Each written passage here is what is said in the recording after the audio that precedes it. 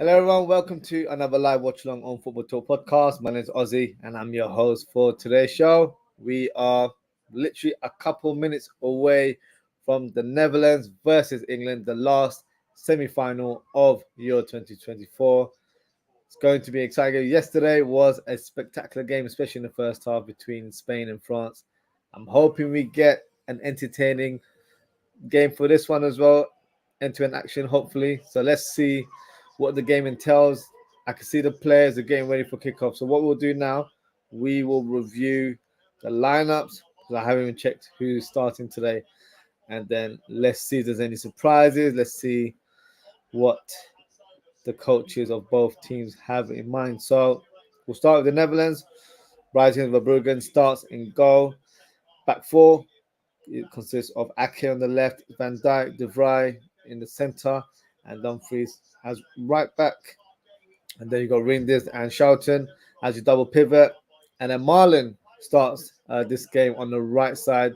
Xavi Simons on the number 10 position there. Gakpo, who's been the talisman for this Dutch team, he starts on the left. And Memphis Depay leads the line. And then for England, what's the formation here? 3-4-2-1. So he's reverted back to the back three, which is in the last fixture. So we've got, excuse me, we've got Pickford. And then in terms of the back three, we've got Gehi, Stones, and Walker. Trippier on the left side. I don't know why Joe Gomez doesn't get a shoe in, but that's another debate for later on. Declan Rice, Mainu starts ahead of Trent. Make it what you will. Saka on the right. Foden and Bellingham as inside forwards, and then you've got Kane up top. So interesting tactic there. Let's see if it pays off. Now the game has begun. Got a couple of comments here as well. So GTV Football Channel, big up G as always. He says big up bro to me. Make sure you subscribe to his channel. G does some great content, not just for Liverpool. He's a Liverpool fan, but he does all types of content, football related, great discussions and debates. So yeah, make sure you tune into his shows and make sure you subscribe to his channel. And he says, come on Netherlands. I'm not gonna lie, I might be on the same boat there because I have a soft spot for the Netherlands. They're like my favorite European side. I've grown up admiring a lot of the players. One of my favorite strikers is Patrick Kluivert. So always had an admiration for the Dutch.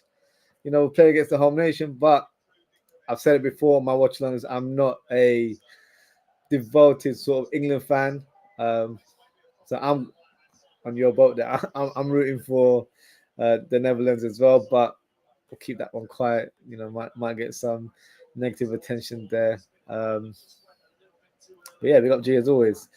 In terms of the game, Dumfries just lifted a long ball, but unfortunately couldn't find Marlon on the right-hand side, which is an interesting tactic, to be fair. Play Marlon on the right. Generally for Dortmund, he plays on the left or through the middle. Can play on the right. I've seen him do it in his previous clubs. I think he's at PSV where he played in that position. So he'll definitely provide an attacking threat. You know, he's not the one just to be on the byline. He will come inside and try and get on the far post and get a tap in from those positions there. So yeah, interesting addition to the team there. Regards to England, Trippier is just one of those. You know, every nation I've noticed has one player where you're just like, why is he in the team? But it's just a manager's choice. So for France, for example, it's Rabiot. I'm not a fan of his at all. I think he's bang average, and I feel like he's the reason why, not solely, but he is one of the reasons in terms of why Francis didn't get the gear running in terms of the goals and the way they played. He's the type of midfielder that for me slows the game down. Too many backward and sideways passes. So having someone like a Camavinga would have made more sense for me. But yeah, that just never happened for France. And that's why they were knocked out yesterday. For England, it seems to be Trippier. And I don't know why, because good player overall, don't get me wrong, but in general terms, he had a poor season for Newcastle, and I feel like he hasn't really been in good form in this tournament either. So would have made sense to at least give Joe Gomez a chance. I don't think he's had a single minute in the tournament, which is just ridiculous. So yeah, make it what you will. Then I kind of question why was he even selected in the squad. He's not been given a chance at right back. He's not been given a chance at left back. He's not been given a chance at centre back. So Konsa played ahead of him in one of the fixtures. I think it was against Slovakia. So yeah, I don't know. It is what it is. That's Southgate tactics there. The Dutch on attack. Xavi Simons, lovely pass to Marlon there. Marlon just couldn't keep it under control. Good thinking in terms of the touch. Oh no, he actually missed the ball completely. Walker got the last touch in the end. You need to kind of bring that forward and hit a shot. Unable to find that contact there. And the Trent selection, don't get me started, because I think I had a full-on rant in one of my watch-alongs. Harry Kane has the ball to Saka. Donning some yellow boots, I see. Saka, good cross there, cleared away by De Vrij.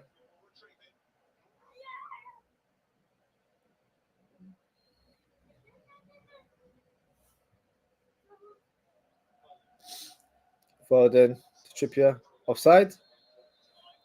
Yeah, no surprise there. How can he get offside in that kind of position? Yeah. I know he's been made as a makeshift left back, but I don't know. I'm not impressed with that selection of the player in the England team, but it is what it is, I guess.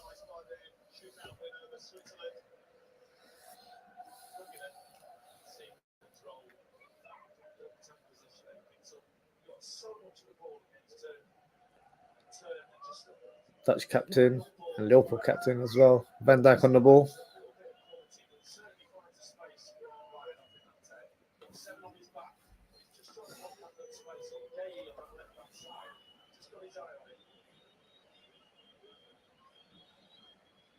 Nice pass there. Gakpo on the ball now. Dispossessed by Saka. Oh, he's still going through. Advantage played for England. I think Kane got fouled there.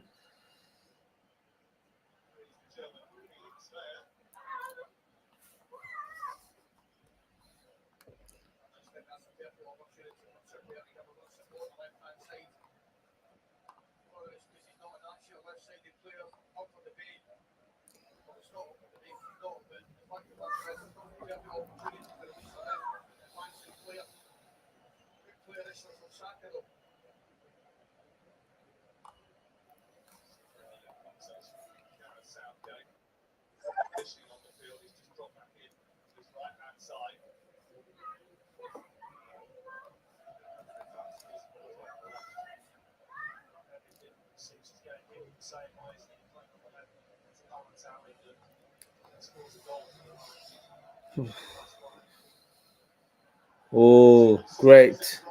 Interception from Xavi Simons. Oh! What a finish by Netherlands. Wow. Lamine Yamal announced himself on the world stage yesterday. Xavi Simons has done that today. What a finish from the young Dutch player there. Hit that with pure level. Top bins.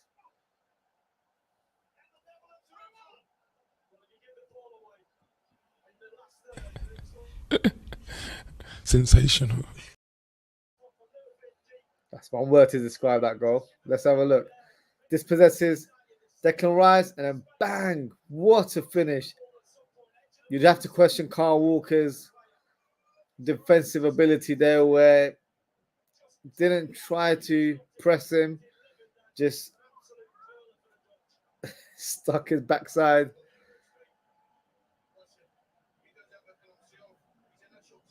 And yeah, that finish, unstoppable. Top bin.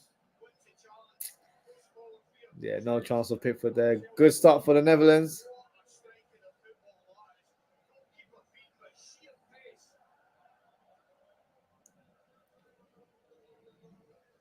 Bellingham has the ball now. How will England respond? Adam's on the front foot.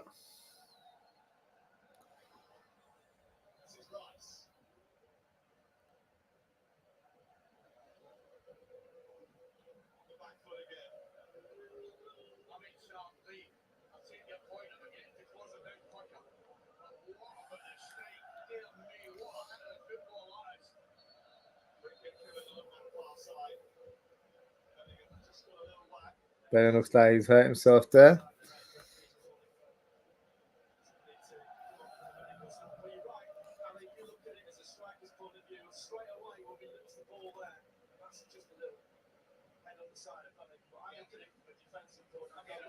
Yeah, no, nothing too much in that foul there. But nonetheless, free kick to England. On the left side of the box, an interesting position.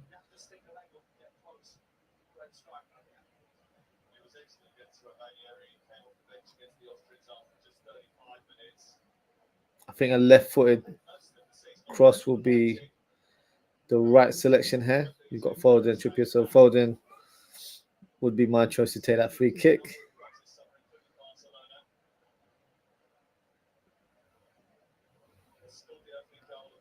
We're in swinger, so hopefully.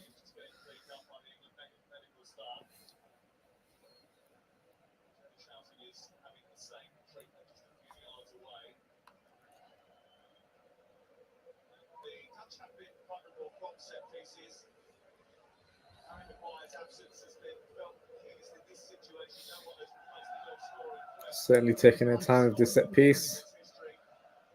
Not sure what's going on.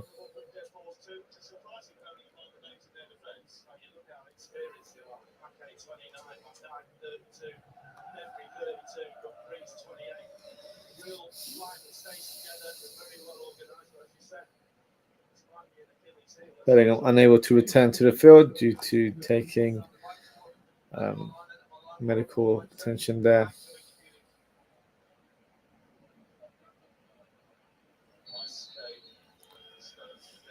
Following the free kick. Good clearance there from Ake. Netherlands on the counter.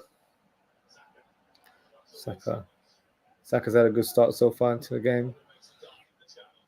Oh, no. That was a good tackle from Gakpo. Let's have a look at the replay.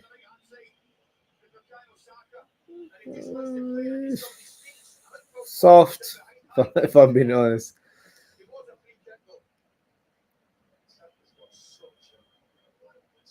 I think a right-footed player would be in favour of this free kick. So maybe Trippier. Bellingham returns to the field.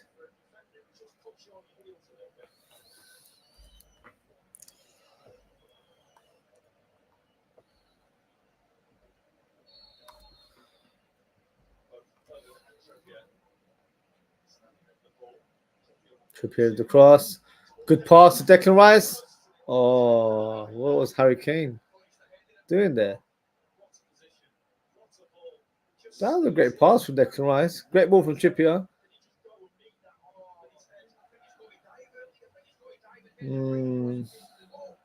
Commentator saying Declan Rice should have gone for goal. I don't think it was the wrong decision to head it back into the danger zone. It just maybe didn't have the right pace on the ball. I don't feel like Harry Kane really showed an urgency to get that ball as well. Had he been one step ahead, he could have probably swung it around or tried to swing it towards the goal. But no, nothing came from it. Netherlands have the ball right now.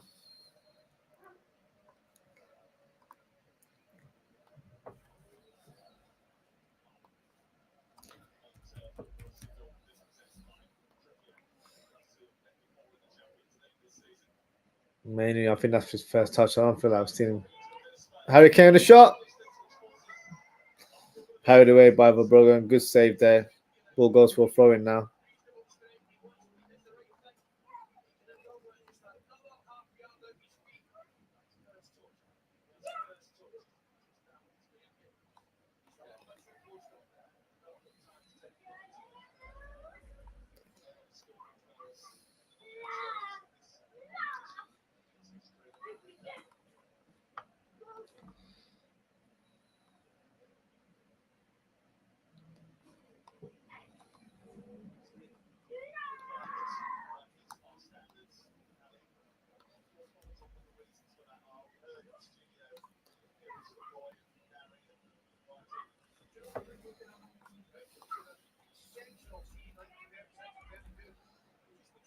Oh, Bellingham through to Kane, to Saka.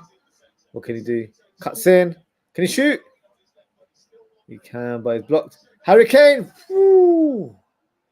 Just goes over the bar. He's holding onto his foot like he's been fouled. Let's have a look.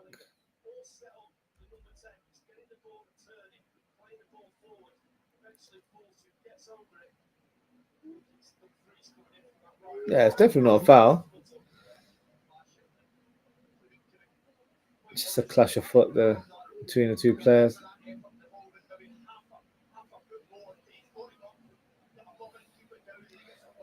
Yeah, decent shot from Kane, but not really going to trouble the keeper in that moment. It's one of those shots where if you've got a poor goalkeeper, they could parry it back into the danger zone in front of them. Verbruggen is a decent shot stopper and he parried it away for a throw-in. So yeah, he did the right save for the Netherlands there.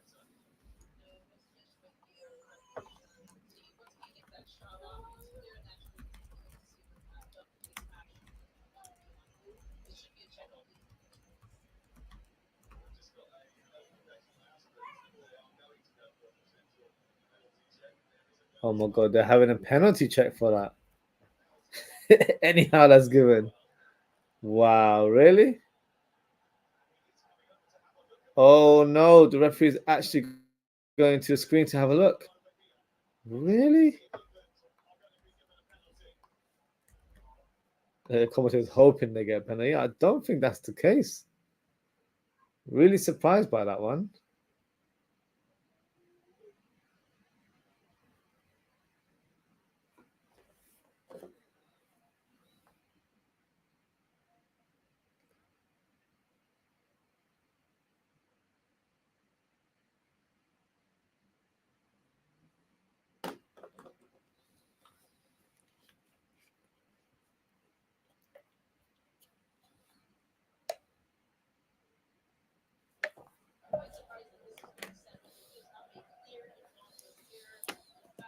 It's not a foul, guys. What's going on?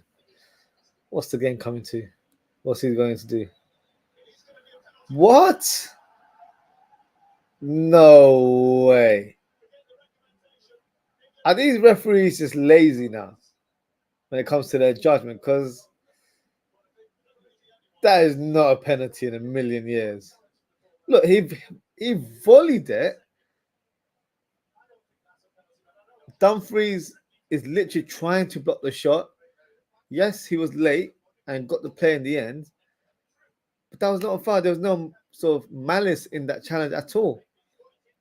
And he's getting a yellow card. Wow. Not gonna lie, that is a shocking decision there. Wow. I am perplexed by that decision, to be honest with you. Never in a million years is that a penalty. My God.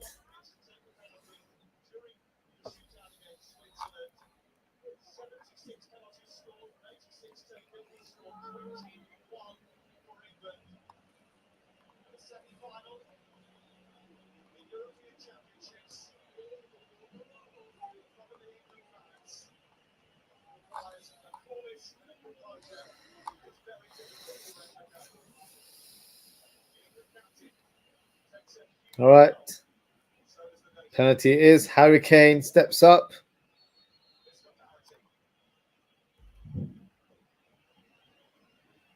And he shoots. 1-1.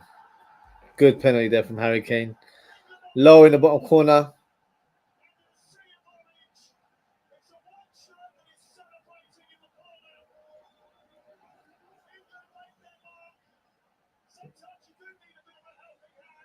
That wasn't fair from a Netherlands point of view, but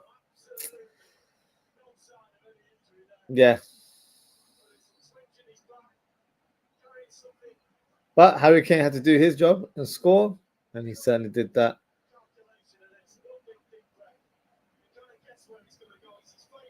Yeah, great penalty. Expert penalty there from Harry Kane, right in the corner. No chance for the goalkeeper. That was a very, very lucky penalty. Let's be honest, guys. Even the most biased England fan will tell you that that is not a penalty.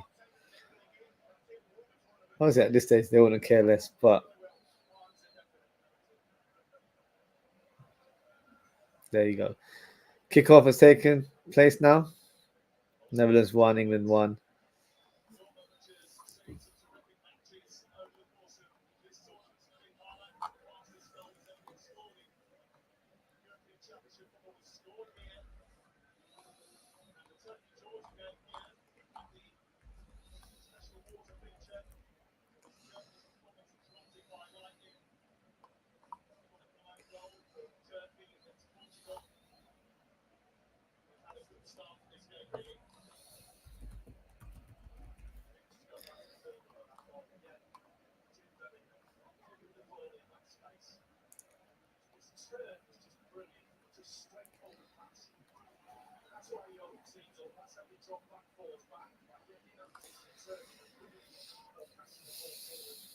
Throw into the Netherlands.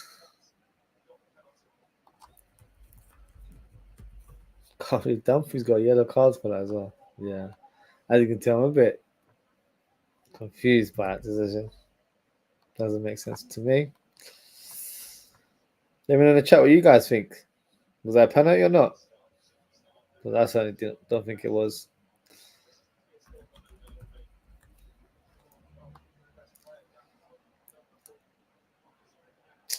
Poor touch it from Memphis.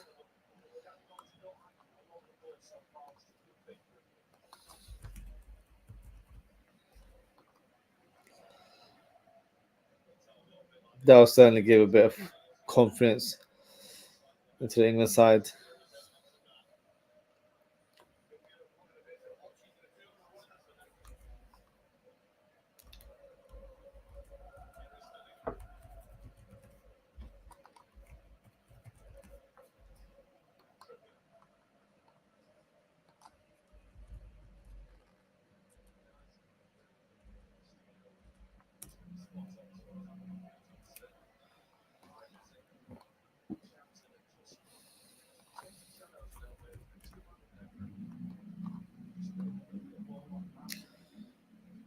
Kobe Manu on the ball.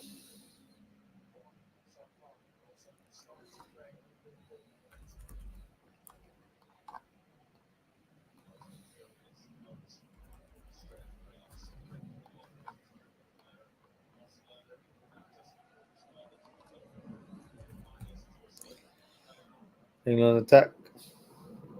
Harry Kane, the left channel. Whips it to Kyle Walker. Poor pass for Kyle Walker.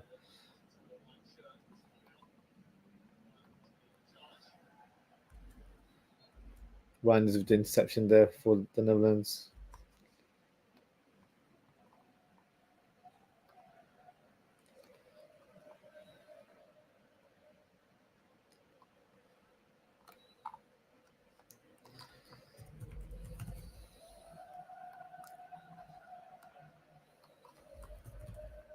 Ake on the ball.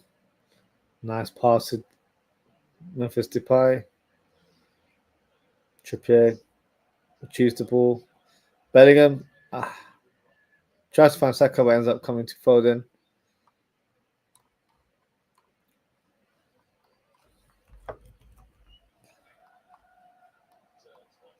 Kobe Manu.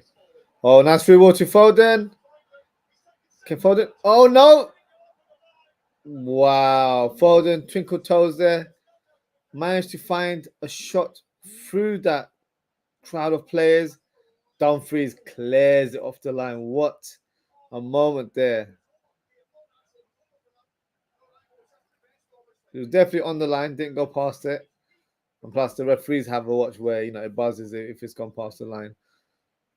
So, yeah, that was very close. Great, I'd say, clearance or interception from Dumfries there. Probably made up for conceding that penalty. Kawaka.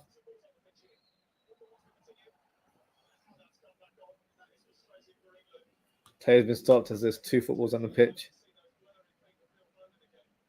Referees looking at the linesman's like, come on now, why don't you get the ball?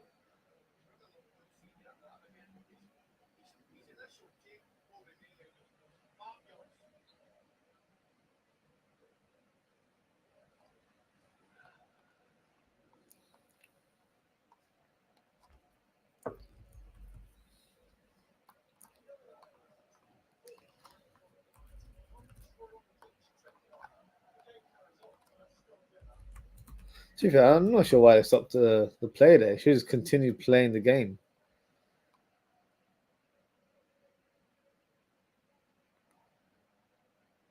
Liverpool fans remember all those years ago when Liverpool faced Sunderland. There was a beach ball in front of Pepe Reina. And the ball actually hit the beach ball into the goal. Nothing happened there. So, yeah, surprising that they stopped play because they stopped England's momentum there. They were on the verge of attacking, on the verge of whipping across from the right flank. Yeah, it killed momentum there. But England still have possession of the ball now. The game has resumed.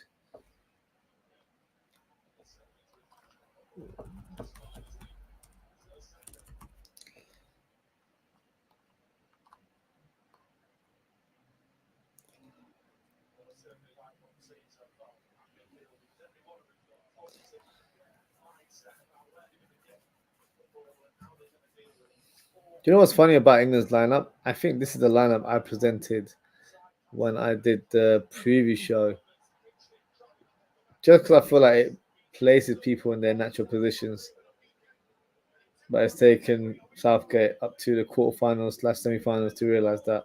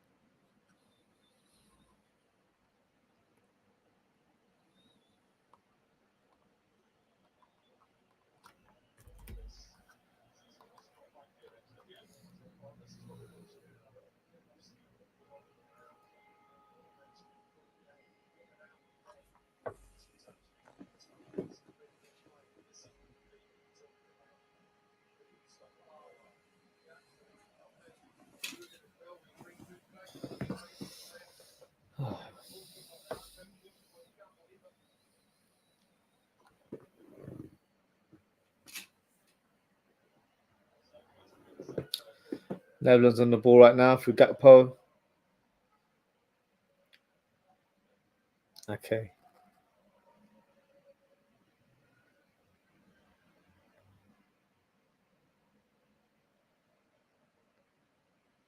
De Vrij. Simons is drifted to the right side.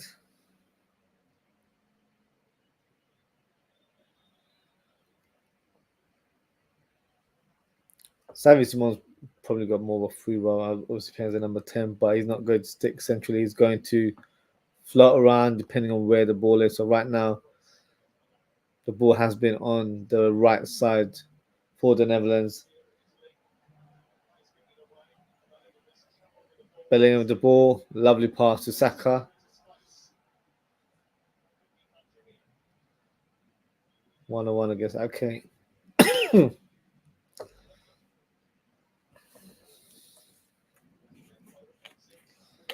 Foden with the ball.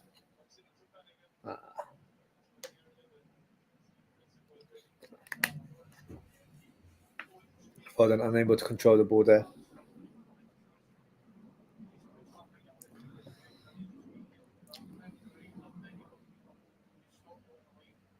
That was a cheeky shot there from Foden through the legs of Verbruggen. A fair play to Dumfries. Yeah, literally controlled it on the line.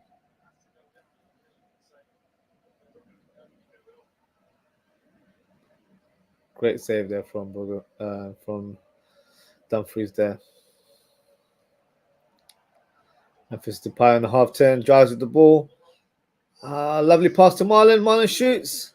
Walker makes a block there. Maybe the right option would have been to pass to Gakpo. Let's have a look. Yeah, I think the pass to Gakpo was opening there. Because the shot wasn't on. You've got two players driving with sliding tackles there. Should try to lay off to Gakpo, who's a free man. Should have done better there, I think, Marlon.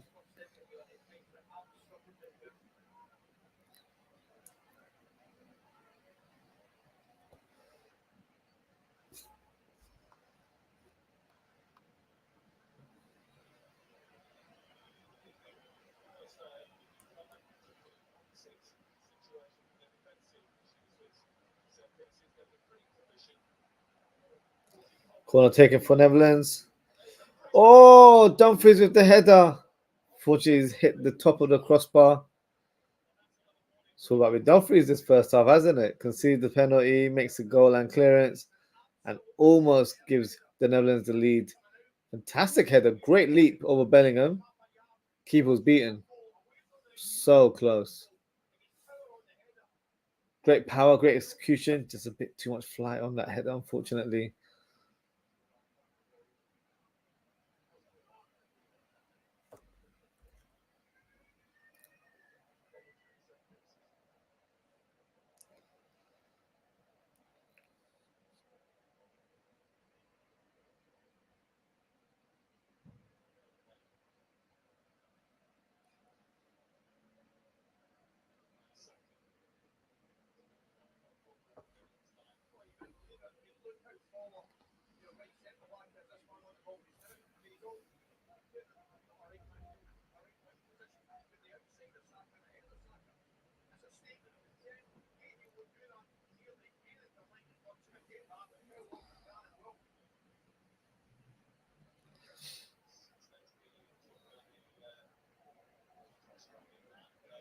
John Stones to Trippier. Trippier has got to be faster with his passing. Just delays the ball there.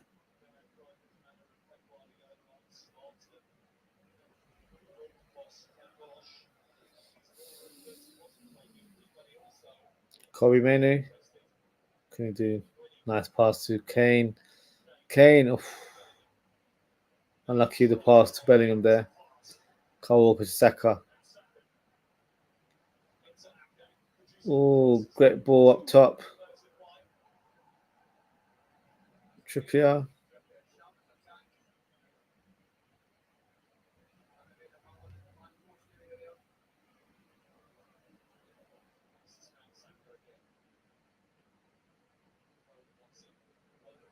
Foden. The shot. Oh, so close. Looks like hit the outside of the post there. That was similar range to Lamine Yamal from yesterday. Oh, unlucky. So close.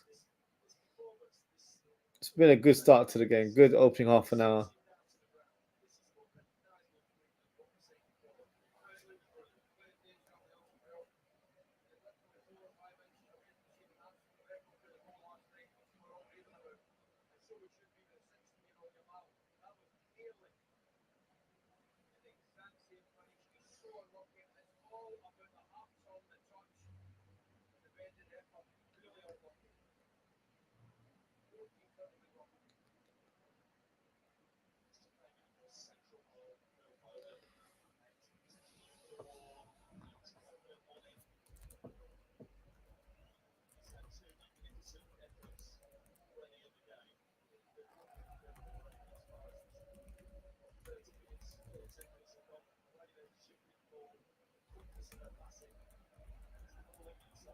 Oh, Chloe mainly drives the ball.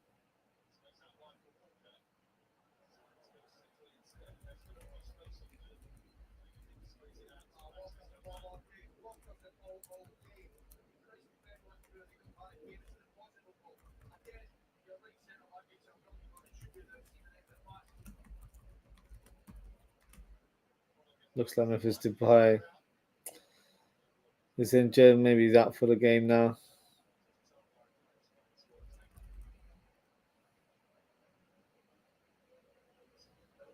That's a shame.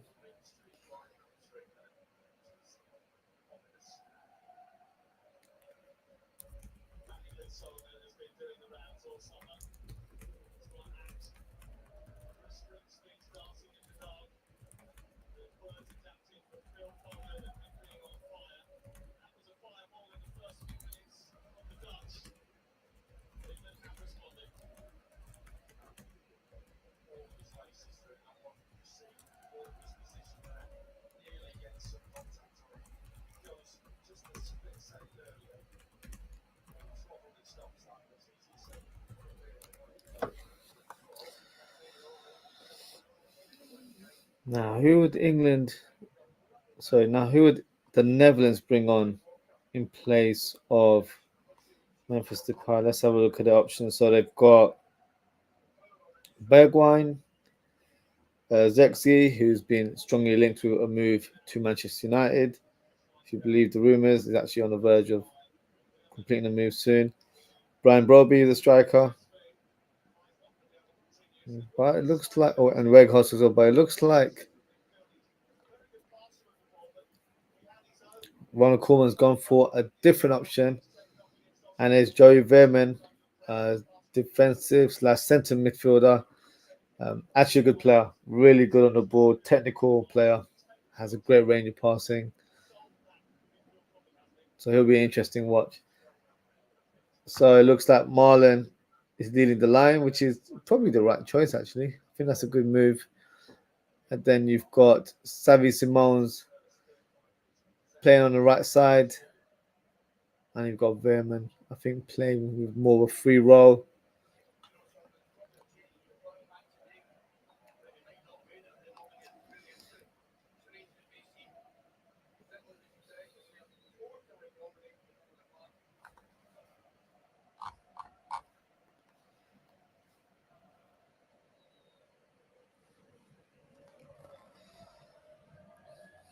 Declan Rice.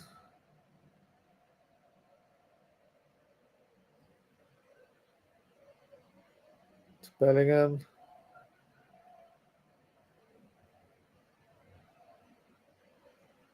Declan Rice again.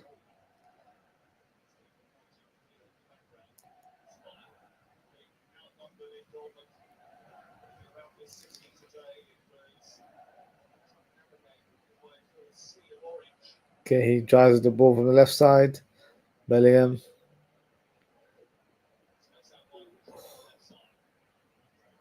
Bellingham took a little bit too long to release the ball there.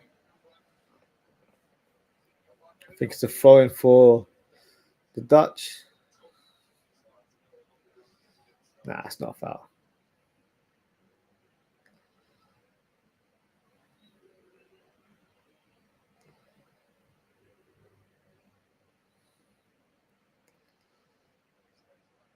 Gakpo. Great interception from Kawaka. Drives the ball. I think that pass wasn't the one there. Tried to lay off for Xavi Simons, not enough pace on that final ball.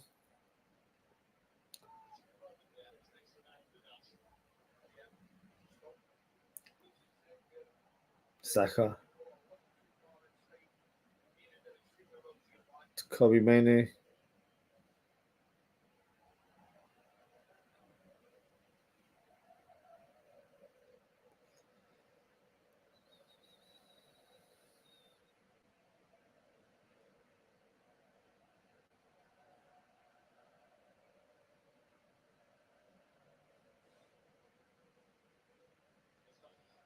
Foden.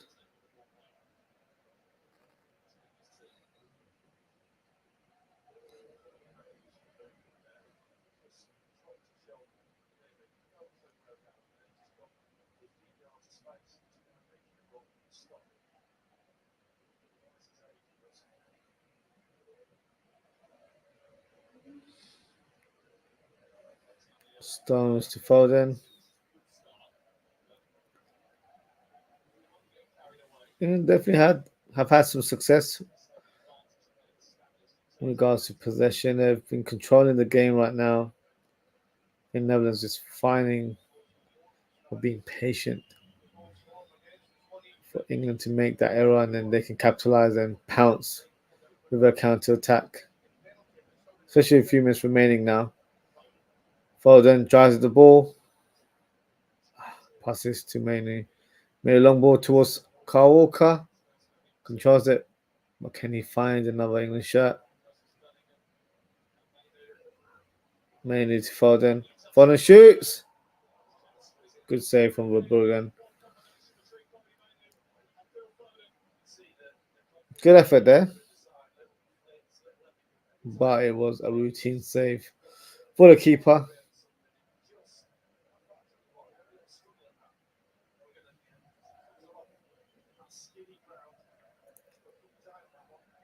Had he shot with a bit more flight, I think that would have definitely troubled the keeper a lot more. On the ground, at that pace, the keeper will claim that ball very easily.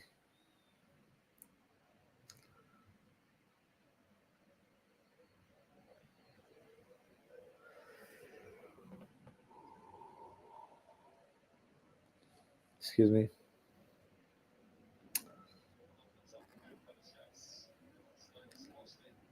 Long ball top from Netherlands, cleared away by Gehi.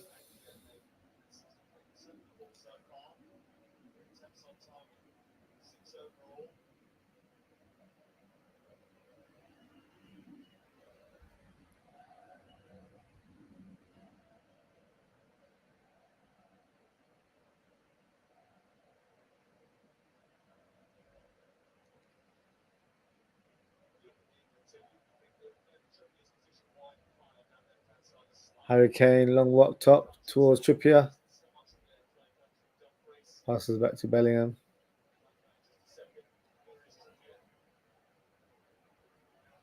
Kane, cleared away by Van Dijk.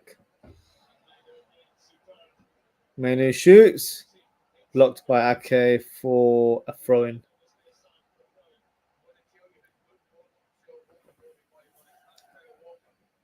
Just under 5 minutes remaining of the game.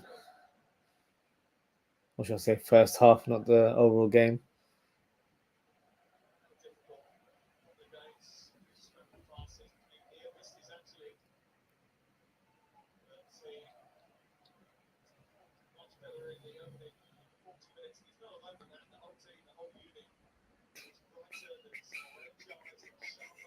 Runners with the ball to Dumfries.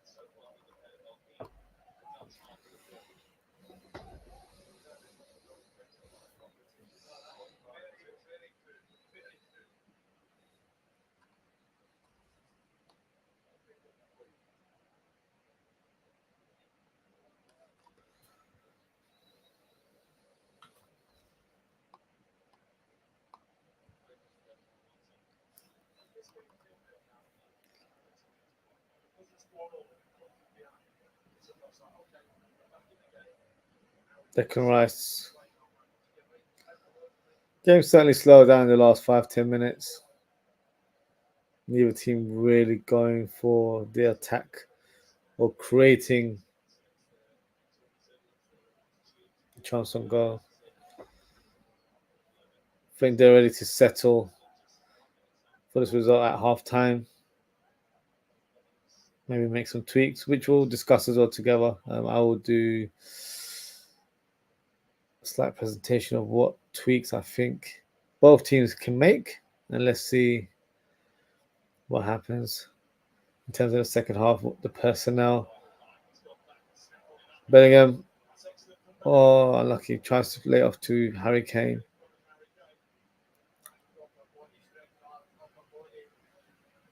Kyle Walker,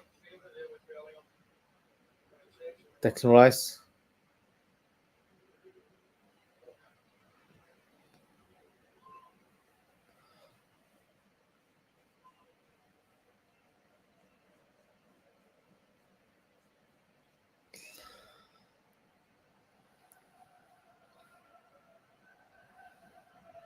Foden, lovely pass to Bellingham.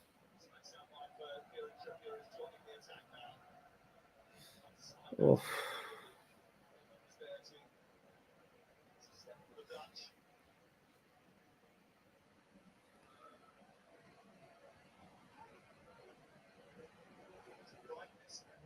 Bellingham on the left side.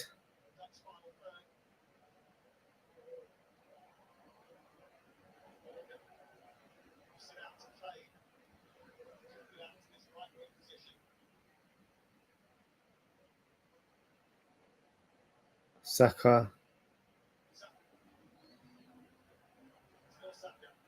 Saka to Bellingham.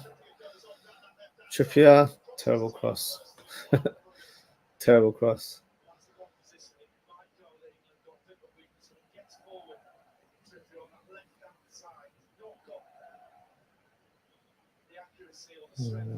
Poor delivery there in the end.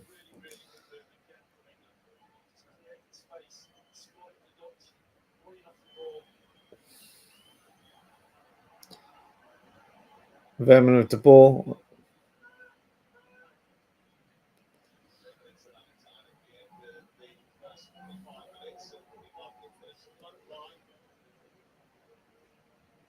Three minutes of stoppage time. Okay. To Vermin.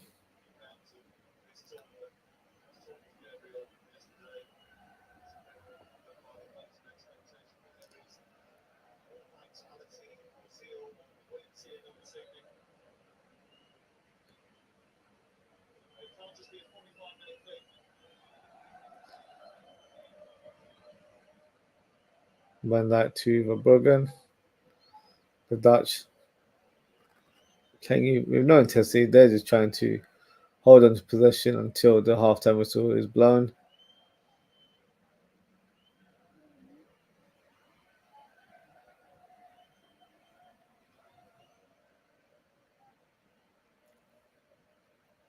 Vermin to De Vrij. Charlton. Nice pass to Savvy. Simone's there.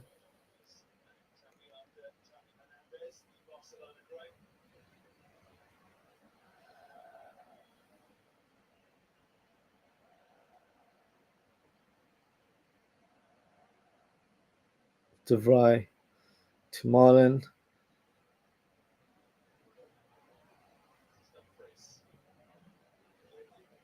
Dumfries.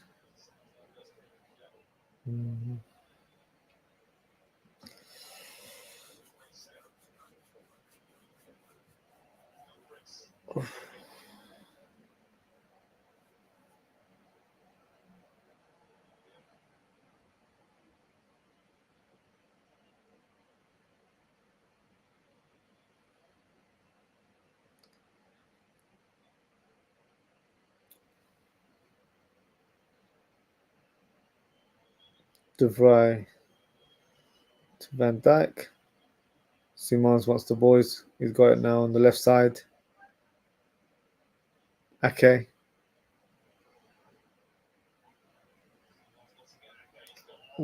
Ake keeps the ball in play. Good play from Ake there. Gakpo to Verman. Oh, lovely pass there. Ake tries to nod it backwards. Unable to get on target. Difficult chance, can't score those ones. A great play from Ake in terms of never giving up for the ball against his City teammate there in Kyle Walker.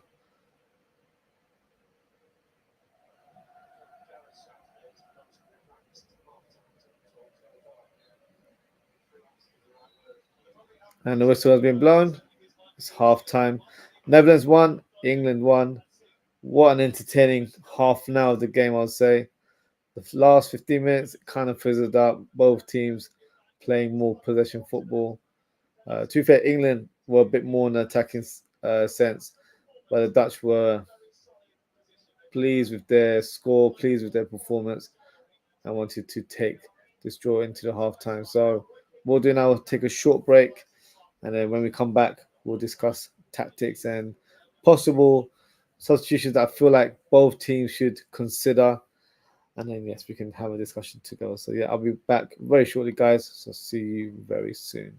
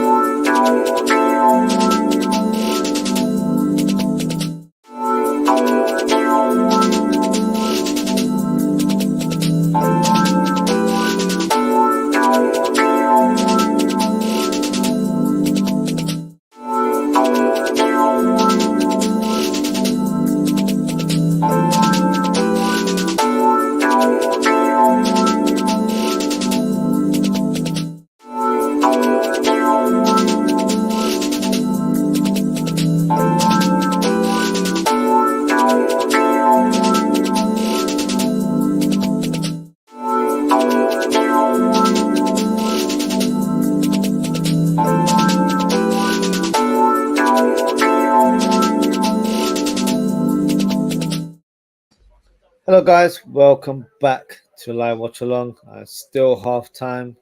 I'm sure we've got a few minutes left until the second half begins. So, what we'll do in the meantime, we will discuss tactics together, and we'll start with the home team. So, Netherlands. So,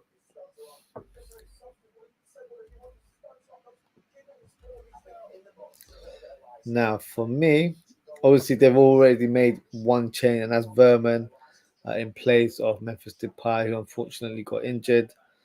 So he's playing in the number 10 role, which he can play. He has done it at club level, but he's better as a 6 or as a number 8. Um, he's more of a deep playmaker rather than a player playing that number 10 role. So I think for me, he needs to be utilized further back. So I'd move around Shelton in place of him. So I'd have Reinders and Verman in a double pivot, and I would take off Shelton. Actually, before I even do that, I'll play Simons back in that number 10 role. I think he was more influential, more impactful in that position in the first half. That's what led to the opening goal. So I will take off Shelton and bring on Jeremy Frimpong, who would be a complete nightmare for Trippier on that left hand side. And that's the reason why I feel like that's a change that needs to be made. Now, slightly off topic, I've heard rumours today that Liverpool are very strongly linked with Frimpong. From what I gathered, I thought that there was a deadline of 30th of June that needed to be met in order for any club to meet his release clause. But apparently, there's rumours suggesting that it's next week. So read it in terms of what you will. Apparently, Jeremy Frimpong wants a move to Liverpool, but at this stage, it's all paper talk. But in terms of this game, I feel like he would be a game changer if he comes on. His pace and his crossing and goal scoring ability. You know, he scored a lot of goals for Bayer Leverkusen last season. I think he was in double figures, so can't disregard that. Yes, traditionally he used to play as a right back, but he's more or less a right wing back and can easily slot in that winger role as well. So for me, that's a key change for the Netherlands. Another one, I think Marlon hasn't been involved as much, so I will take off Marlon and I'll bring on a striker. They have the likes of Weghorst in the team. They've also got Brian Broby as well. I'm going to go for a different selection. I'm going to go for Zerkzee. Now, he is the Bologna attacker. He can play up top. He can play on the wings if required. A player with a lot of flair and skill. I feel like he'd be quite impactful in this team as well. Um, Great finisher, very clinical on the ball. So yeah, I would consider Zerkzee to be one of the substitutions. There could be other changes, so maybe Gakpo for Bergwijn. But I think because Gakpo has been so influential, it wouldn't be something that I'd want to do so soon. If this game goes to extra time, for example, then maybe changes can be made at that stage. Another one that I was considering was Ake in place of Matson. But I think because Saka's been the more influential player for England, Ake is probably the right player, right profile to have where you've got a defensive minded fullback marking an attacking player like Saka on the right hand side. So I think that is key. So these two changes for me will make a huge impact on the Netherlands. You could add Bergwijn into the mix, but I think this is the two players that really stand out for me, and I feel like they can, definitely have a huge impression into the team. Now, let's move on to England. There we go. So, where do we start here? Probably the first player would be Trippier. Big question is who do you put on now? One thing that confuses me actually with this lineup is that It's 3-2-4-1, right? But I feel like it's just Southgate slightly tweaking it tactically because the profile's still the same. It's still Walker, it's still Stones, it's still Gehi, it's still Trippier. So you kind of got a back four there. It's still Foden, it's still Bellingham, it's still Saka. Like that was the formation that was being played early on in the tournament, wasn't it? So it's just been a slight tweak, but I don't feel like he's utilized it to the fullest because he still has a left back or makeshift left back playing as a left winger because in this formation, Saka is playing as a right winger. He's not playing as a right full back or as a right wing back. He's playing as a right winger. So I think Southgate needs to grow up here and be a little bit more brave on the ball. So what I would do is the Trippier's there. Let me put these players back into their positions. Okay. So he definitely comes off for me. I'd take him off as soon as the half begins, if I'm being brutally honest. For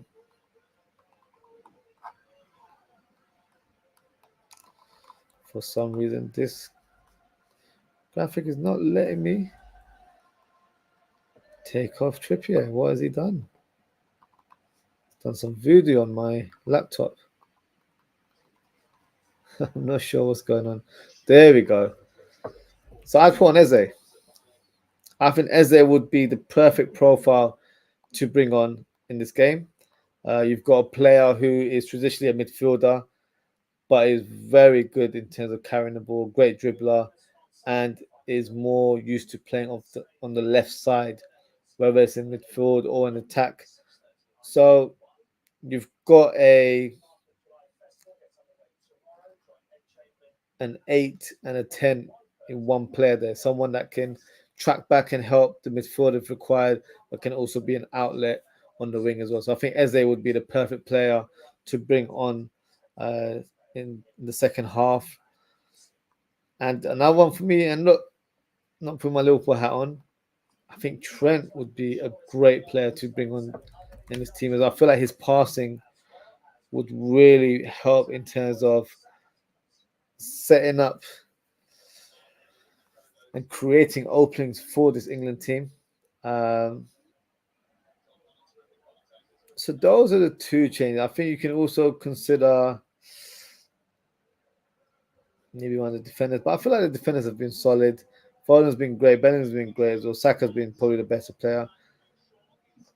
You wouldn't take off Harry Kane at this stage if England are still leading or are leading in the latter stages. Then you could change Bernardo. But for me, Eze and Trent need to come on, and Southgate needs to be a bit more braver. You can't have a left back playing on the left side of the left wing there. I think that's too defensive minded, but it is Southgate that we're talking about now. So I can see the players are ready to start the second half. So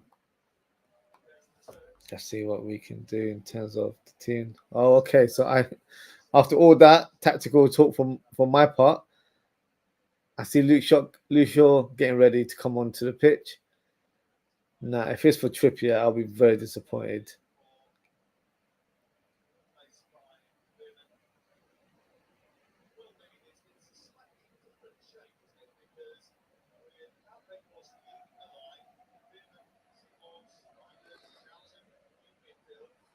Let's have a look. I need a bit of clarification in terms of what's happened there.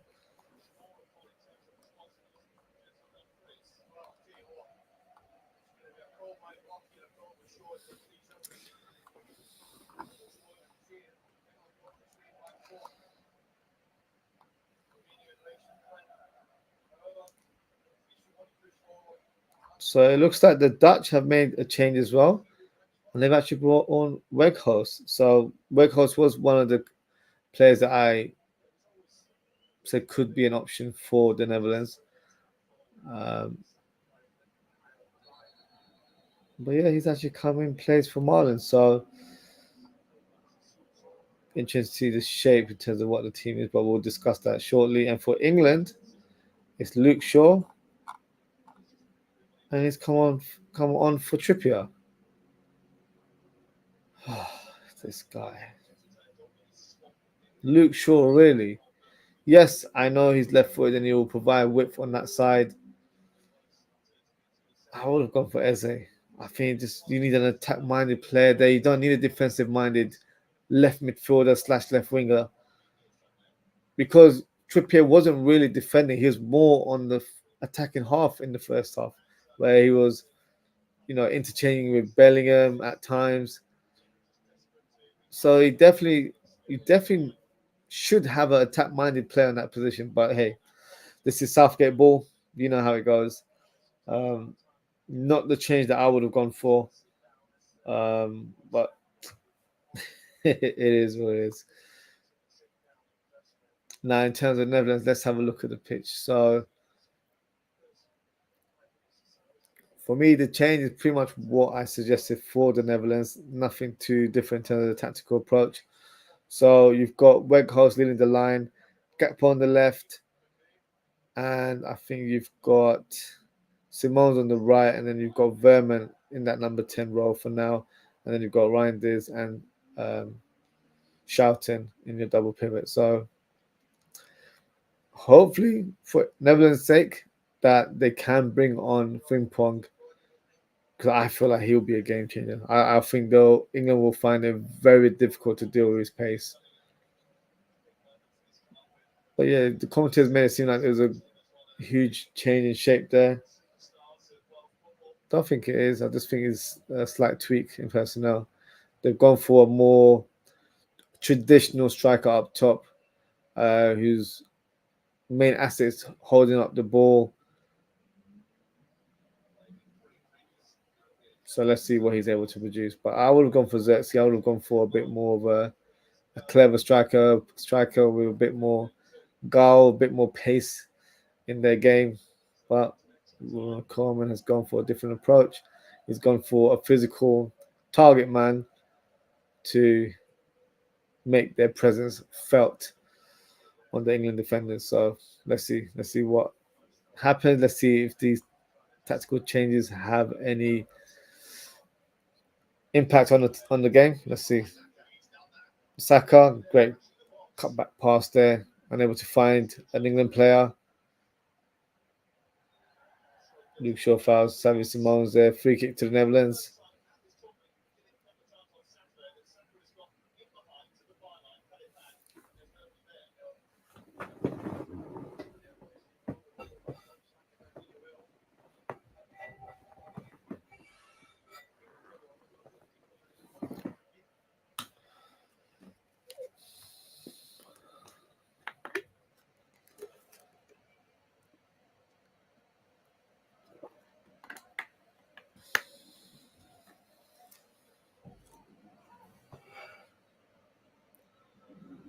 Simone's tries to lay off for Dumfries, unable to do so.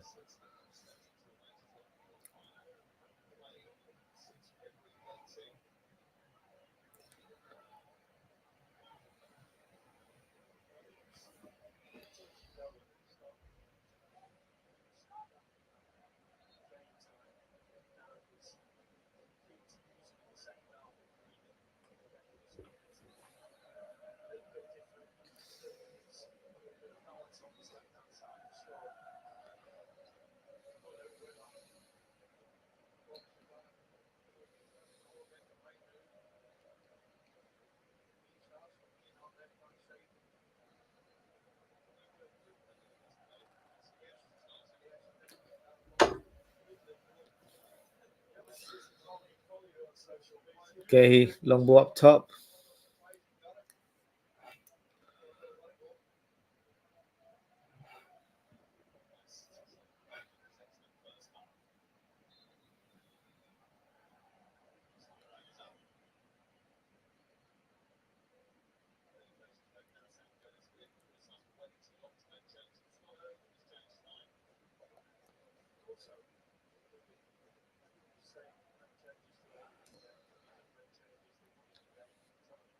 Dumfries with the ball.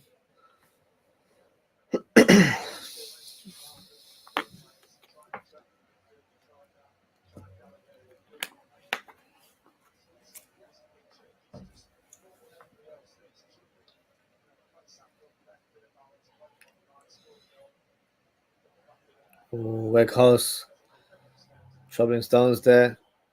Stones does fantastically well not to give the ball away.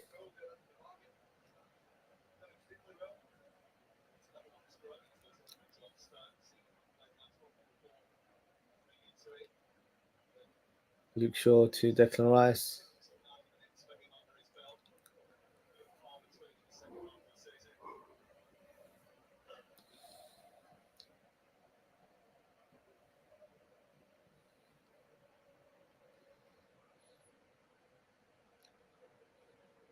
Declan Rice.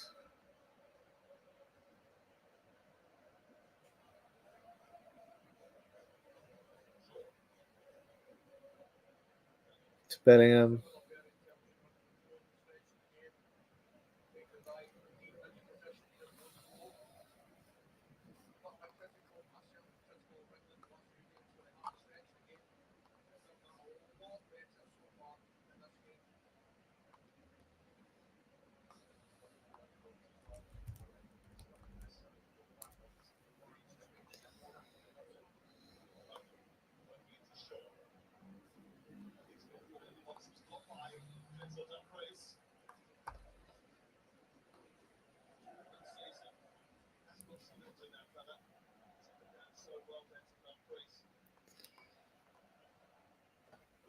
So we've got a few votes in the poll, and it looks like everyone has voted for the Netherlands to win. So 100%. Doesn't look like there's any England fans on the channel today, but all good.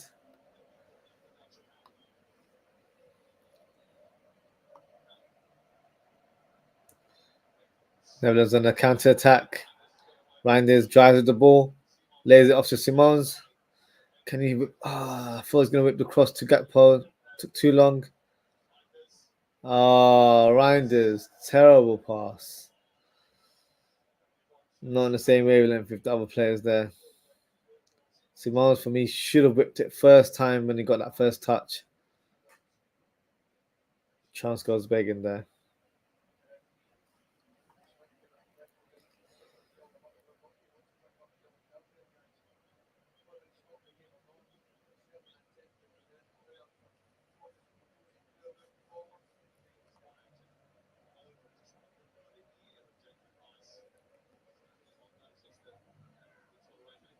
Bellingham, good control there with the chest. Kobe Mainoo. Oh, good one. Unable to keep it in play, unfortunately. Throw into Netherlands.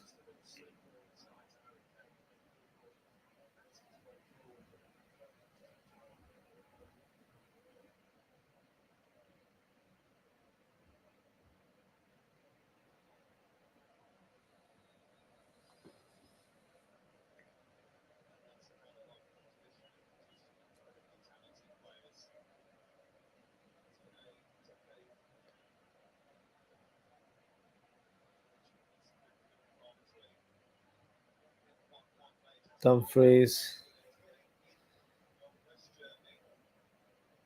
to De Vrij. Game certainly needs to pick up a bit of speed now. I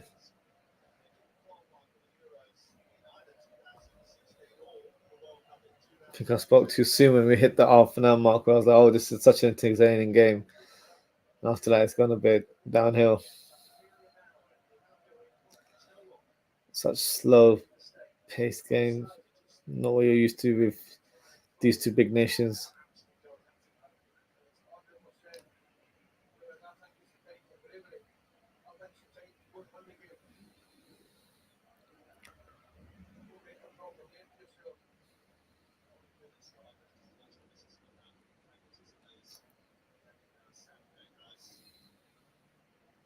Kaoka.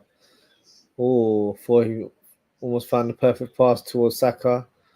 Retrieved by Nathan Ake.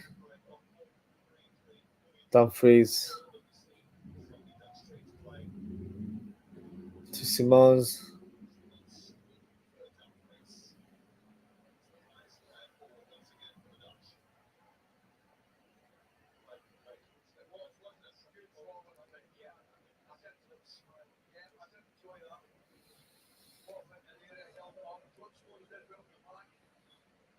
Foden to Declan Rice.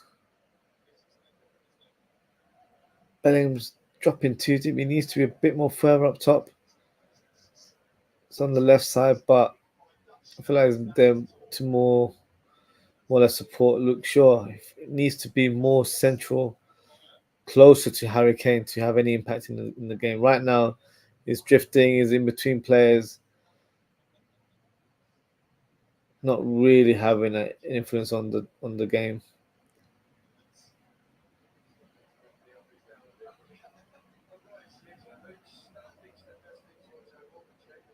Kyle Walker on the burner there.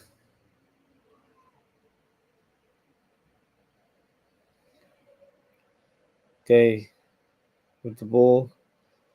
Finds Luke Shaw.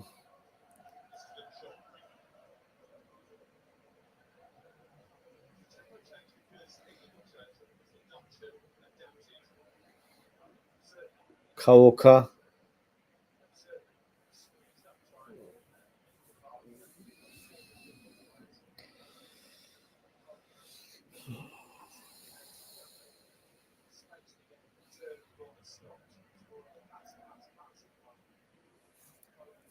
Corey Mene.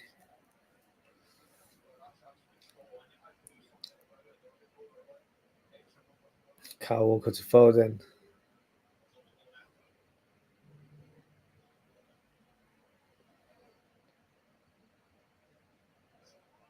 Harry Kane. Oof.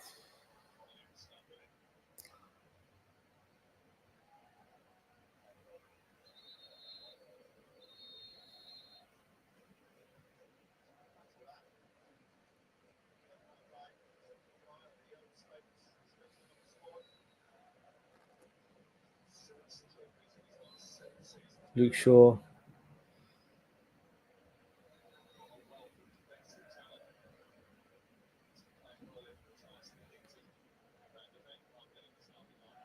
Okay, to Foden. Good run.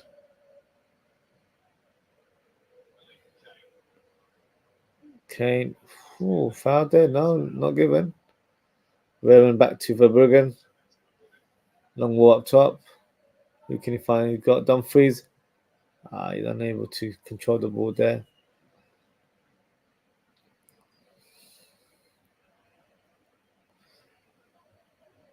Both managers need to be a little bit more brave now.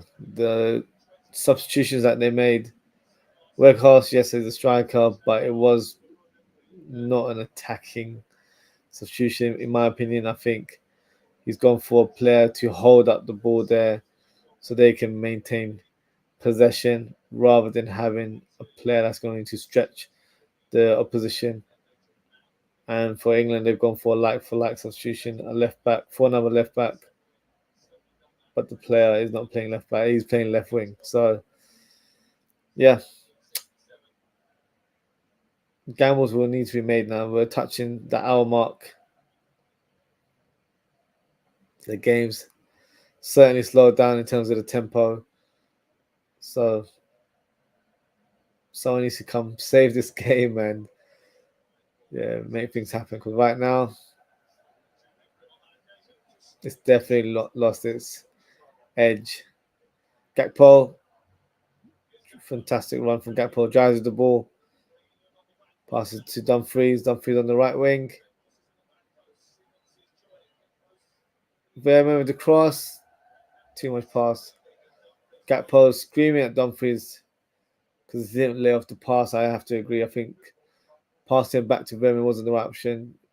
Dumfries was in a great position to hit a low cross. Surprised Dumfries hasn't been substituted yet. I'm more surprised that Frimpong hasn't been brought onto the pitch, whether he's at right back or as a right winger. Foden with the ball.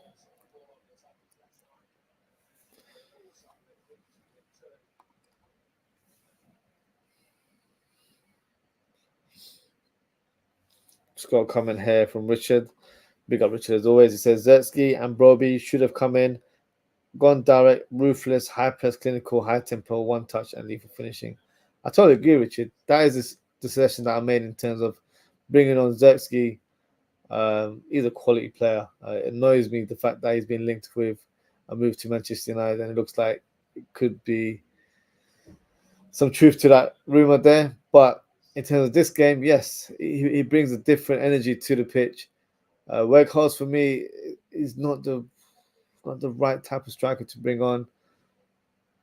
I think Coleman thought, bringing in a physical attacker who's going to hold up the ball will help the team. But it looks like to me that Coleman might be willing to play for extra time if he's brought in that sort of substitute. Seems to be willing to win the game in the opening 9 minutes. That's what it feels like, because it's not a very positive substitution. Yes, it's a striker, but it's the wrong profile striker to bring on right now. But hey, I do agree with your point there, Richie. I think OZWRLD and OZWRLD, one of the two, should have been options considered for Ronald Koeman, but he's not gone for that. Frimpong is one that I feel like needs to come on the pitch and definitely change the game. But yeah, very cautious approach from both managers, to be honest with you.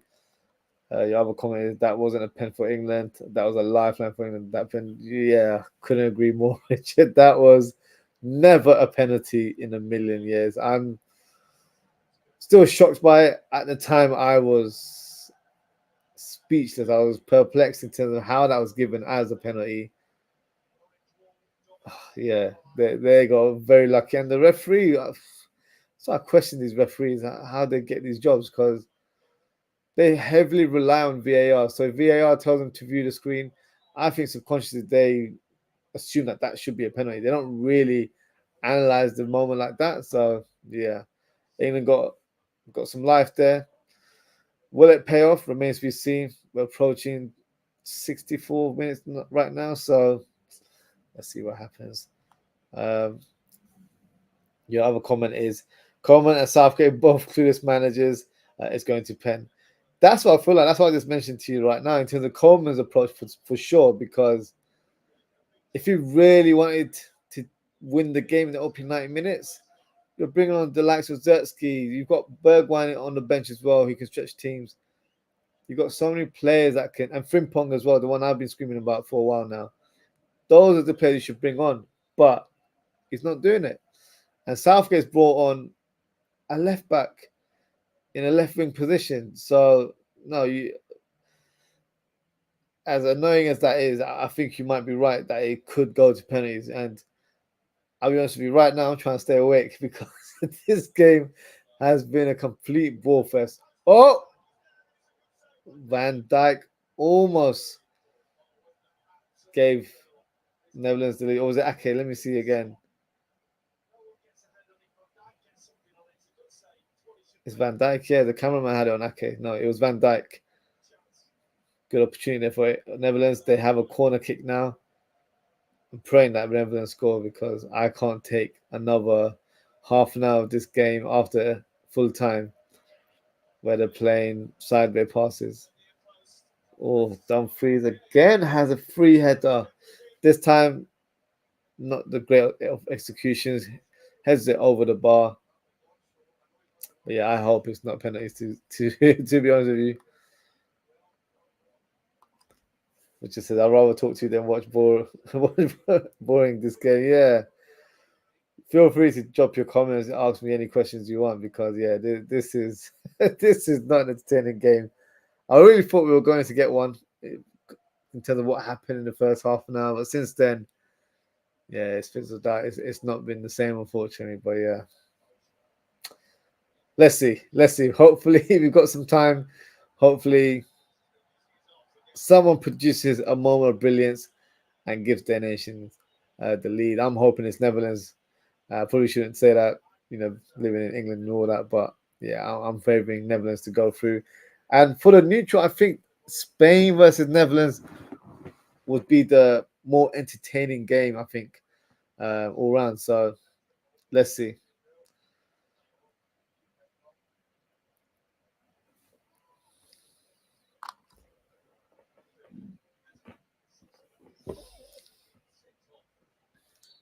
Can't see any changes being made right now. No.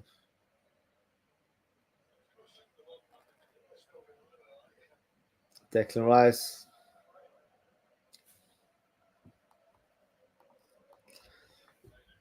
Kobe Mainoo to Saka. Good control from Saka.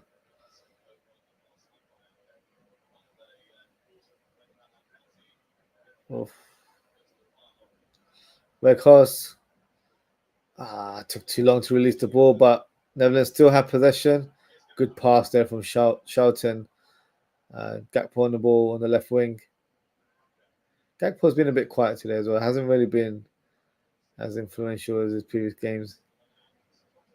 Normally more involved in the build-up play, but not today. A lot of the play actually has come on Netherlands' right side. I feel like they should be utilizing Gakpo a little bit more. Use him to drive on the left channel. Use the byline to the advantage. Stretch the team, create an opening in that middle of the park. But no, they've occupied that right side a little bit more, and it's more infield players as well. There you go. Gakpo's on the ball right now. Oh, good cross towards Weghorst. Flapped away by Pickford. Yeah, none was convincing of clearances there from the goalkeeper. It's got a comment here from Richard. It says a lot of English fans in England I talk to say they don't watch football and don't like England. I bet they are all watch the game of them with their mates and sissies. Yeah, I think it's a strange one. A lot of us that live in England don't support the team. Could be for a number of reasons, to be fair. For me, it's more so I can't relate to the team as such. Like obviously with the whole racism things that's happened in the past, and it's not just the whole thing that happened a couple of years ago. It's been ongoing for a number of years, so you don't feel like you're part of the fan base or the support. When a player of ethnicity misses a penalty, that becomes the headlines, and they're getting so much abuse. When England won the other day and progressed with all the players going to penalties, you didn't see Trent or you didn't see Saka in the front pages. You saw other players that didn't really have an involvement in the penalties, but you had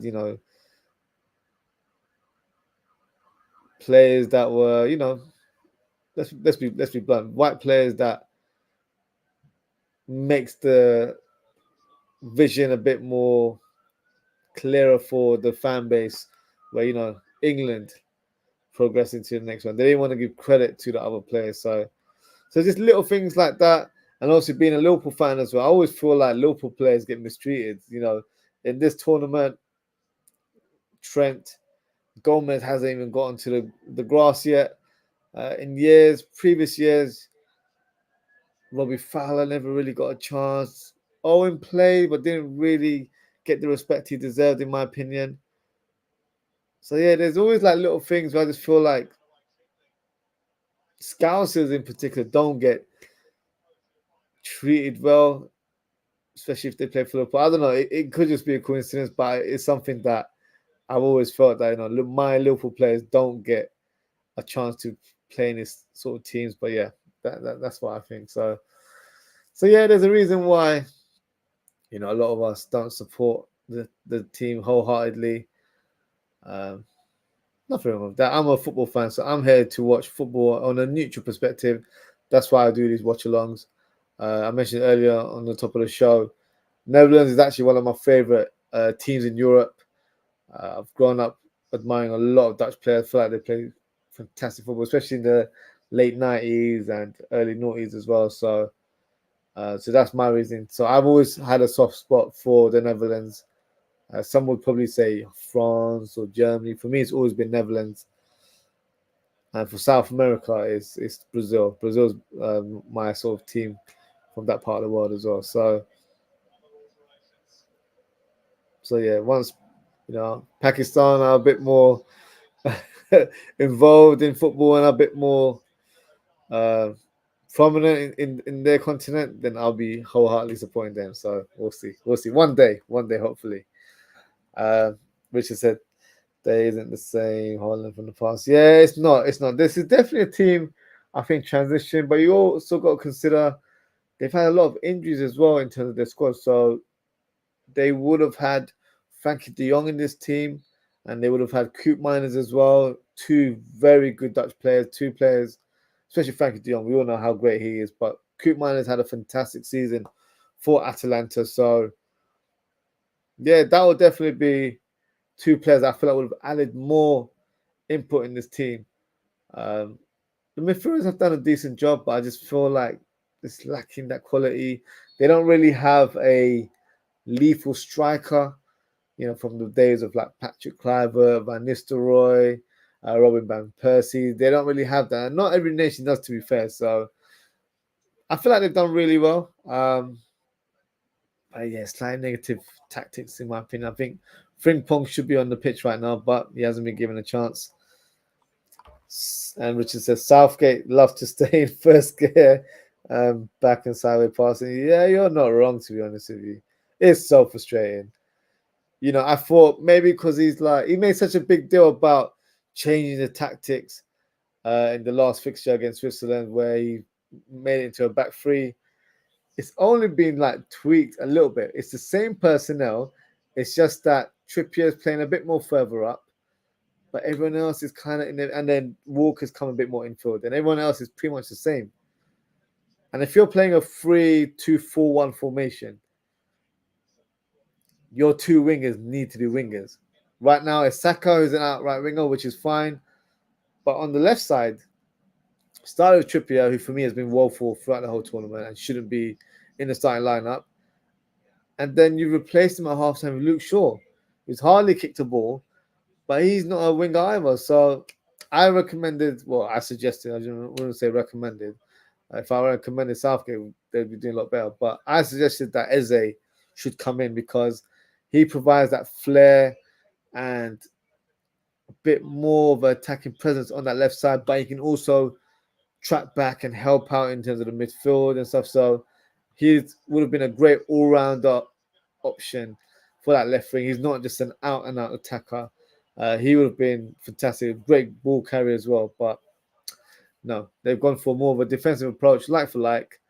And I'll be honest, it's not really helping the team because on paper, it seems that it favors Bellingham Foden to be in this formation. Bellingham is drifting out to the left far too much and is not really influential. For me, he needs to play as a number 10, closer to Harry Kane, because Harry Kane is not stretching any teams. But if you've got a player like Bellingham, he will be able to work around the box and then try and create an opening for Harry Kane. But no, none of these tactics and approaches have been implemented by the coach there. But, Southgate ball, what do you expect? And everyone say he loves Bellingham, Kane, Pickford, Walker, Foden, same formation. It is the same formation. It's just been tweaked a little bit. It's just slightly altered on one side, but it's still same personnel, still 4-2-3-1, but it's just been switched where you've got back three and you've got Trippier further up, who's had no influence, or Luke Shaw now. So yeah, very frustrating. It is what it is. And then you've also said Trent for Walker. Walker loves to run and no football ability. I would probably put on Trent in midfield, and I know that's a big debate there as well. Walker's doing his thing as a right-sided centre-back in the back three. But it's interesting because he's not playing in that sort of traditional role. He's been a bit more inverted. So at this stage, you probably want to bring on Trent in that position. It's not a bad shout. But I thought maybe bring on Trent in place of Mainu, and he could have had a bit more of an influence there. But I don't see that happening now. We're just over 75 minutes played, and yeah, still tippy-tappy football. I won't call it tiki-taka because it certainly ain't to that imagination. Southgate play people in one position. This formation style don't suit Kane. Yeah, it's an interesting one, to be honest with you. I feel like the left back one is a problem, but I feel like Joe Gomez should be in that left back position because he's been so good for Liverpool in that role. Added so much balance to our team. I feel like he could have done a great account of himself as well, but he's never been given a chance. And in terms of Harry Kane, I feel like the formation is fine, but it's just that he's not picked the right personnel for this 3-2-4-1 formation. Because when you've got Bellingham and Foden playing as two number 10s, more or less, then you've got to tell Kane, you've got to instruct Kane, stay up top, do not track back, because you've got two bodies that will do the graft there for you. But he's not been given that license. He's been just doing whatever he wants.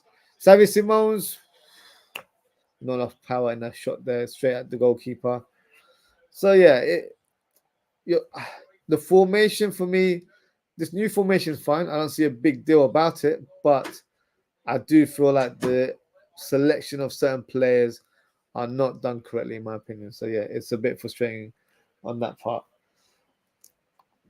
And then your other comment, I think both teams look for pens. Yeah, scrap extra time. I think they should scrap extra time, to be fair. It's just, I feel like they should just do that in general. It's just a waste of time. But yeah, it is what it is. It looks like it's going to go through extra time. We're in the 77th minute. I don't know. Let's see. Let's see what happens. Dumfries for Frimpong. OZZIE'S for one of the central midfielders. I definitely think Frimpong needs to come on. I personally, what I would have done, and I mentioned in the second half. In fact, you know what? I'll just show you the graphics. It's easier to explain. So this is what I would have done. I would have brought on OZZIE'S up top in place of Marlon. Put Xavi Simons back in the number 10 role because that's where he got his goal. That's where he's more influential. Bring Frimpong on the right wing and drop Verman and into as number 6 role. So he's in a double pivot alongside Reinders. And you've got your team there. And additional changes, I'll probably say Coleman wanted to be a bit more attack-minded. Ake could be taken off for Matson. Matson could be a more of an attacking influence on that left channel. Gakpo for me has been a bit hot and cold in this game, so maybe Bergwijn could come in. So that's a good few substitutions there, but yeah, it doesn't look like that is happening anytime soon. Oh, Saka has hit the back of the net, but it looks like it's ruled out for offside. So it's going to VAR. Let's see what happens. Kyle Walker looks offside, to be honest. Marginal. Lovely finish from Saka. But yeah, that does look offside, unfortunately.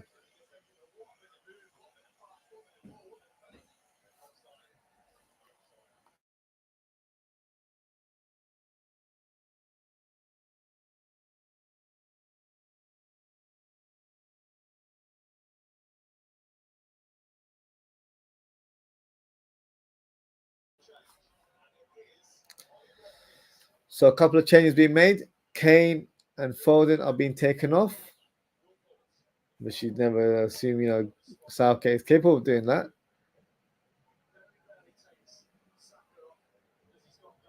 And Palmer and Watkins. I think that's a good substitutions there.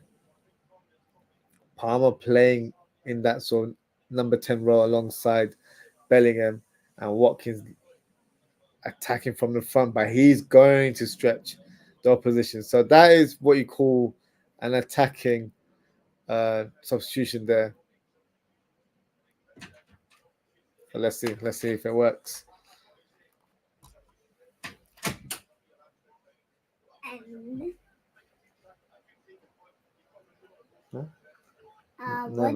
Netherlands. Netherlands against England. Yes. They both have 1-1. All right. 10 minutes left. 10 minutes left. Yay.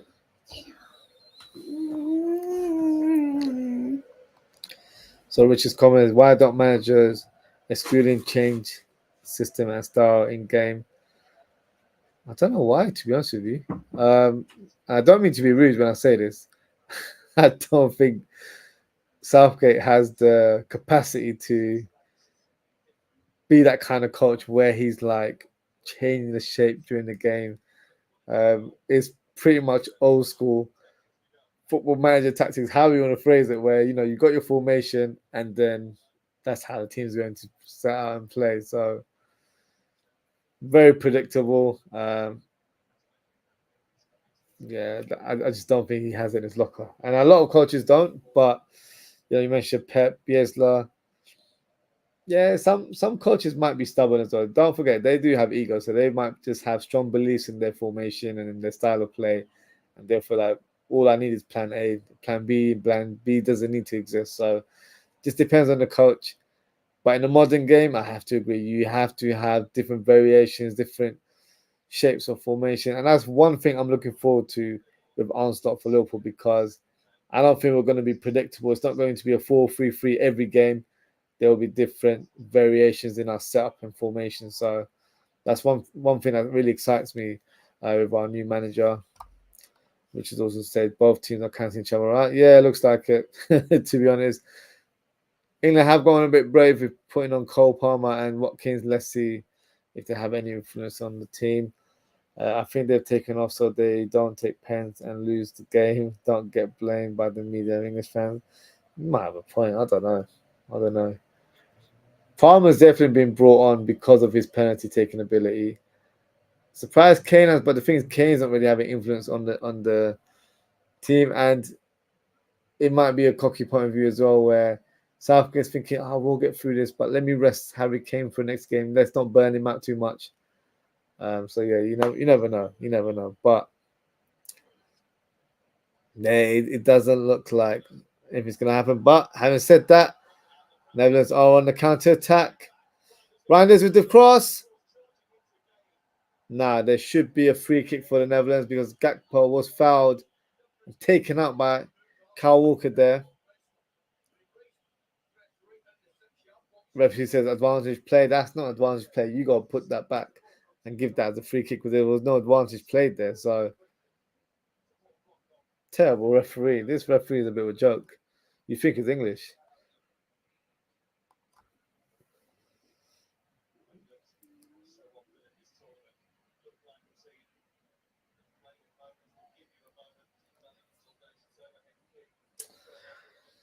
Ah, 84 minutes played. 6 more minutes remaining plus stoppage time. John Stones, long ball up top to Watkins. Cleared away by a great header there from the Inter Milan defender. Charlton to Dumfries. Loses the ball to Bellingham. Cheeky nutmeg there from Jude. What's happened there?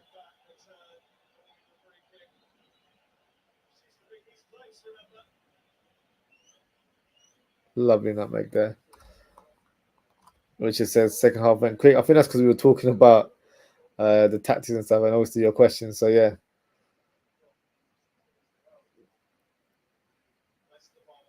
Appreciate your engagement because yeah, it was getting a bit boring, to be honest.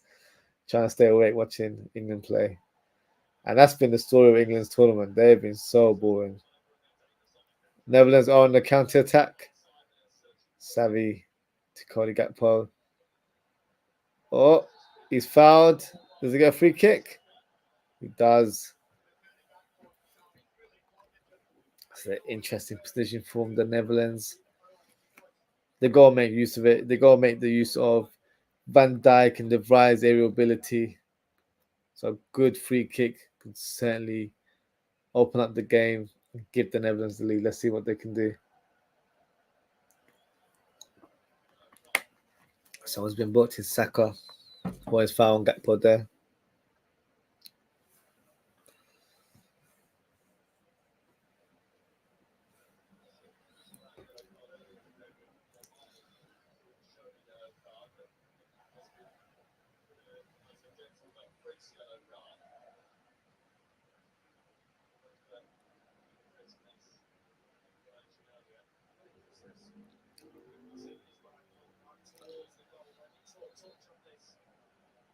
Vermeer with the cross. Oh, for Van Dijk. Got touched to that. Didn't. Let's have a look. Oh, that's a corner kick. Come on, ref. Nah, the English FA have definitely paid this referee. He's giving up some shocking decisions today. Someone's got to check his passport because, yeah, I feel like there's a bit of biasness going on here.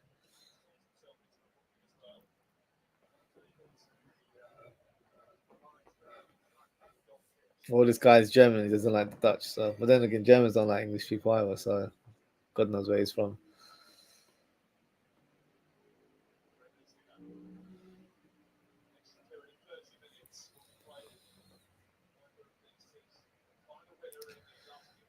Van Dijk with the header.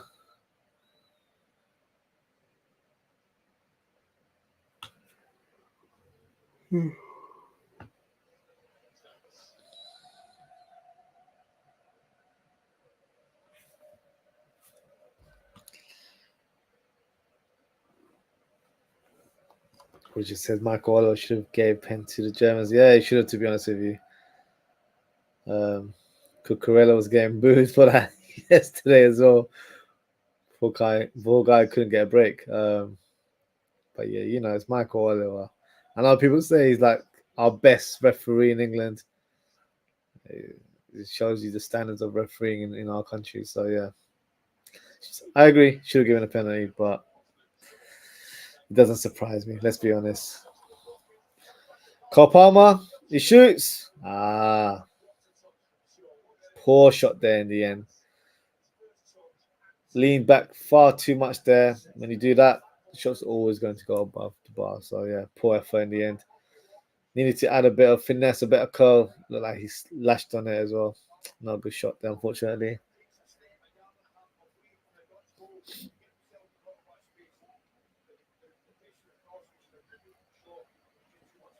Charlton. He's been a good player for Netherlands today, working hard, breaking up play when required.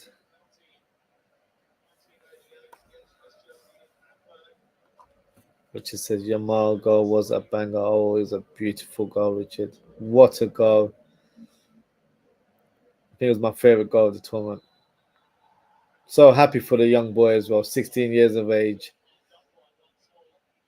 If you didn't know about him before this tournament, you certainly do now. He was one to watch for me. I did a little short video on my Instagram to give you a selection of players, and he was definitely one that stood up. Yeah, he's a special player. I feel like he'll be one of the best players in the world in years to come. I feel like that's how talented he is. At 16 years of age, doing what he does now, the ceiling is high for that young man as well. So yeah, shut up a few fans as well. To be fair, even shut up Adrian Rabiot, who had a lot to say before the game about Yamal, like in terms of he needs to do it on the big stage. Well, who's talking now? So yeah, he certainly he certainly had the last laugh, to say the least. And so you watch Uruguay and Colombia? I did not watch it. Or is that an upcoming game or? Let's have a look. I haven't been following the Copa America too tough, if I'm being honest. Oh, Ollie Watkins, the substitute, has made a huge impact. Wow, what a groundbreaking moment there for England.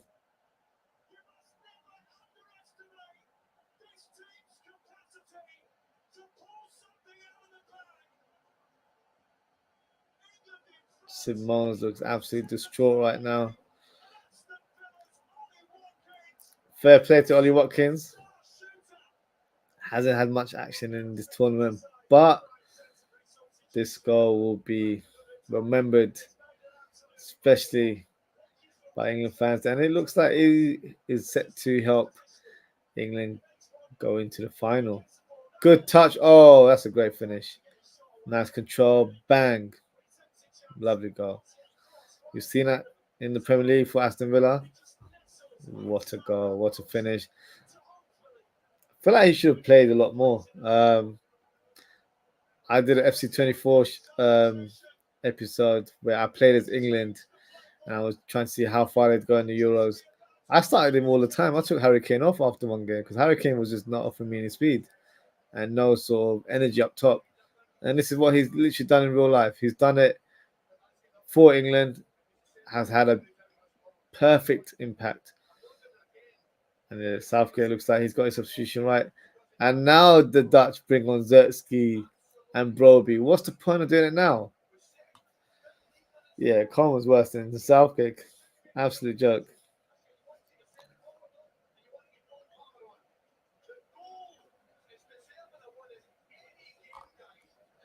Oh, I see. So the Uruguay and Colombia game is 1 a.m. later on today. It's going to be a tricky one for me to catch due to work, but let's see. I might stick around for it because it's Luis Diaz versus Nunes there. So let's see. Konsa has come on for England.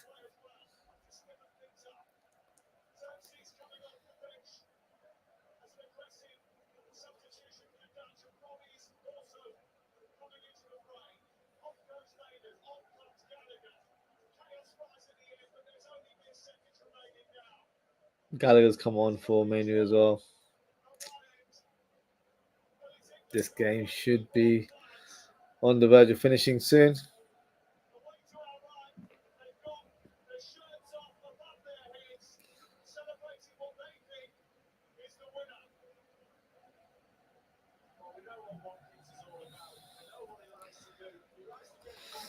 Spain versus England. If England, Holland don't score, yeah, it doesn't look like they'll score. To be honest with you, Richard, I think they've got probably like another minute to have an impact. Let's see. Weghorst. Great control from Declan Rice. England still have the ball. No, they don't. Shouting to Veerman. Why did you bring on OZZWRLD in the last 2 minutes? That's just ridiculous from the manager. Really. Weghorst hasn't done nothing all game. Ronald Koeman's at fault if Netherlands don't progress. It's his tactics, his substitutions that have let the nation down.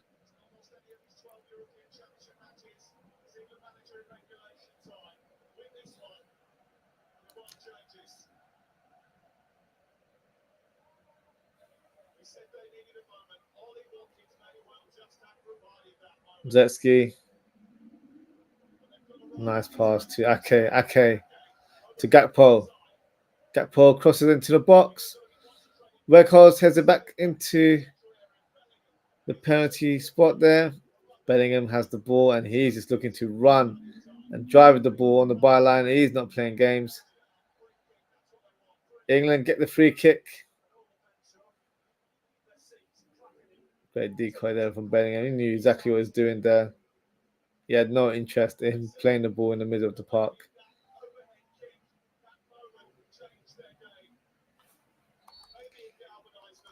Weghorst is a beat at Peter Crouch. You're probably not wrong, too fair.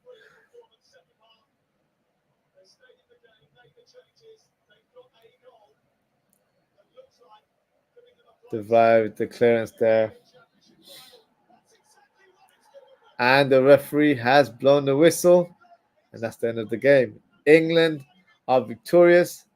They have beaten Netherlands.